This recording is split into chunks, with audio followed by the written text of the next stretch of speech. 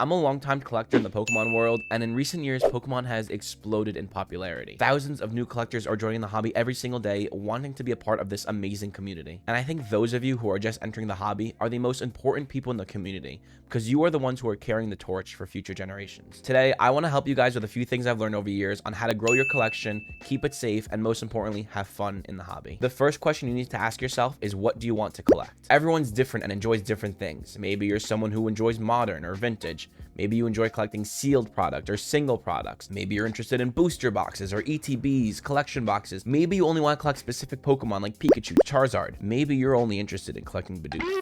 Regardless of what it is, narrowing your collection down to a specific niche makes it easier for you to do your research, become an expert, find the right person, and spend less money growing your collection. One of the biggest perpetrators in the Pokemon community is FOMO, the fear of missing out. We see it with every new product and set that comes out. On release, prices skyrocket because people don't want to miss out on the latest and greatest thing. And what happens every single time? After a few weeks, the prices drop, and those of you who bought in the very beginning lost out on a lot of potential savings you could have had. I'm gonna link a video down below from ProfessorMetri who goes much more in depth on the topic of FOMO and being intentional with what you're purchasing. But most importantly, just narrow down what you would want to buy because you can't buy everything. Okay, so we've sorted out what we want to collect. The next question to answer is, how do we get it? There's 4 places I suggest buying cards from. Number 1, big box retail stores. Target, Walmart, along with GameStop and Best Buy, all carry Pokemon cards as long as they're in stock, of course. They're usually priced at retail or just a little bit above retail, so they're great places to find some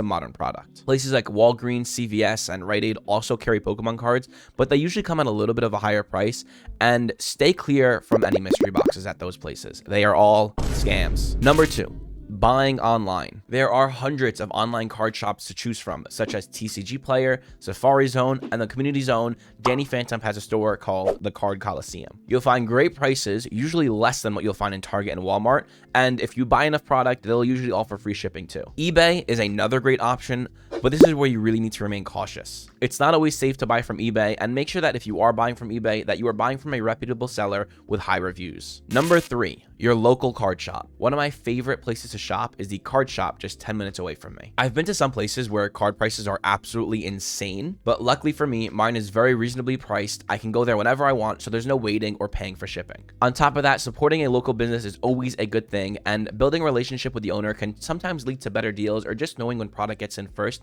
so you can go in and buy it. Lastly, number 4, trading.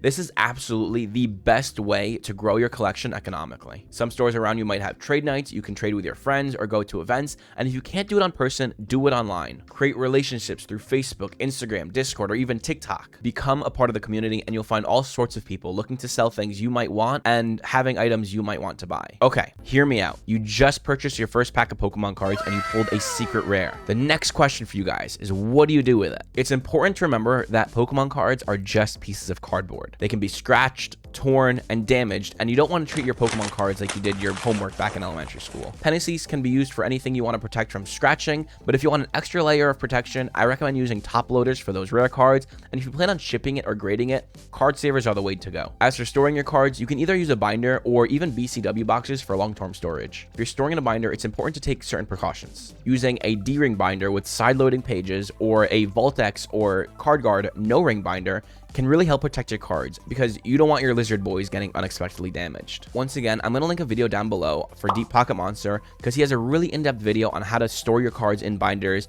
and what to do and what not to do and how to avoid bad binder behavior. So make sure you check it out after this video. Years down the line, when you're hundreds, if not thousands of cards deep, and you want to show your friend that one particular card that you pulled that one particular time, and you're looking through all your binders trying to find it and you can't find it, that's where organization comes in. If you don't store your cards in an organized way, you're gonna regret that in the future. A few things I would recommend trying is having separate binders for separate sets if you're into collecting full sets. But if you're not, you can organize the binder by rarity, by type, by evolution, or even have pages for specific Pokemon. However it is you decide to organize your cards, just make sure there's a method to your madness. Make sure there's a system in place so that in the future, you know how to locate your cards when you want. Finally, the last and most important rule of collecting, the golden rule of collecting, is collect what you love. That's it. Collect what you love. Don't try to collect every single card. Don't fall into the trap of FOMO. And don't try to jump the gun buying the most expensive or best cards right off the bat. You'll either go broke or get burnt out. Start small, keep pushing, and it will Grow on its own. You should be able to look at your binder each and every day and be proud of the collection that you've grown, not because of the monetary value, but because of the work and effort you've put into growing your collection. You've spent time searching through these cards, whether through eBay listing, trades, or buys, or even just pulling it from a pack.